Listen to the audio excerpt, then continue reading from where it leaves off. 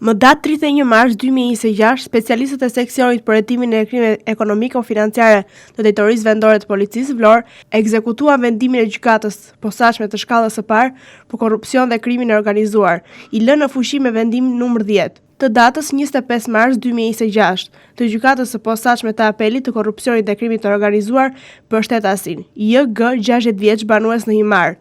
Në këtë vendim, shtetasi JG është dënuar me 6 muaj e 10 ditë burgim për veprën penale shpërdorimi i detyrës, kryer në bashkëpunim më shumë se një herë. Specialistët e seksionit të trafikut urban dhe interurban të Drejtorisë Vendore të Policisë Vlorë referuan materialet në prokurori dhe shpallën në kërkim shtetasin KG 35 vjeç banues në Vlorë, pasi në rrugën Gjergj Kastrioti dyshohet se ka përplasur me automjet një 68 vjeçare, këmbësore dhe ka braktisur automjetin dhe është larguar nga vendi.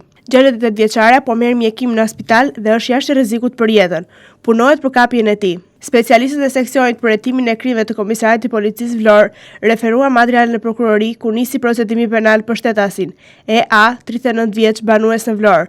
Në një automjet në pronësinë e tij, aktualisht jo funksional, u gjetën dhe u sekuestruan 2 ndezësh granatash. Materialet procedurale ju referuan prokurorive kompetente për veprime të mëtejshme.